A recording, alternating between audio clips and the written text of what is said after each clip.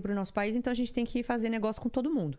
Então, se tem a China com mão de obra barata ou com sei lá mais o que de tecnologia que eles desenvolveram lá, pra gente é bom, porque a gente traz essas coisas, a gente diminui o nosso custo, vai ser muito bom pra gente.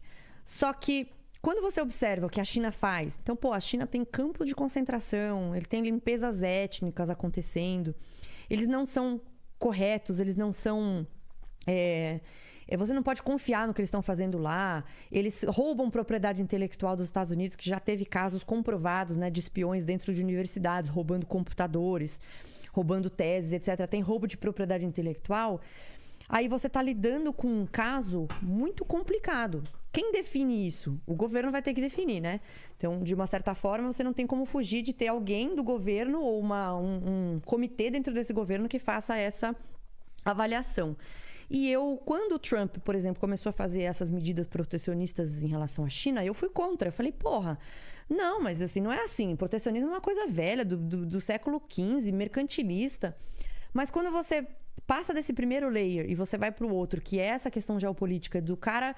Tem escravidão na China, tem trabalho forçado, tem limpeza étnica, os caras oprimem o próprio povo, aí de vez em quando some um bilionário que falou alguma coisinha contra o regime, volta magrinho, volta abatido, coitado, falando bem do regime. Os caras não respeitam nenhum direito humano, né? Então as convenções que foram feitas internacionais da ONU e outras, os caras não respeitam porra nenhuma.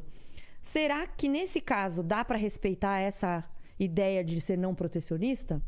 E aí você pode concordar ou discordar disso, mas é uma discussão que ela não é simples e ela não tem uma resposta pronta. O Trump começou a entender que a China era um problema, que a China era um problema para o mundo, e de fato é.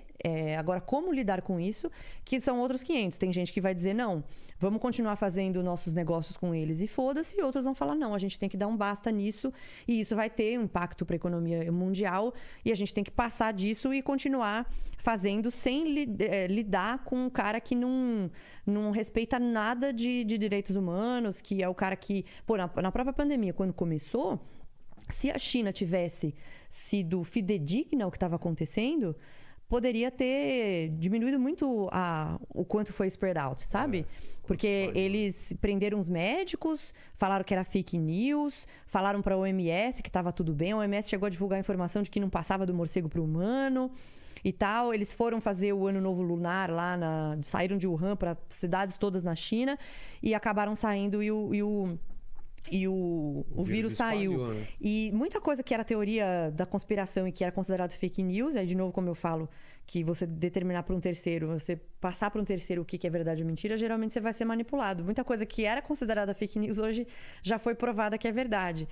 E a questão da pandemia foi muito isso. Então a China tem muita responsabilidade sobre isso. Se não fosse um país autoritário com uma ditadura, pode ser que a gente tivesse conseguido conter a pandemia mais rápido.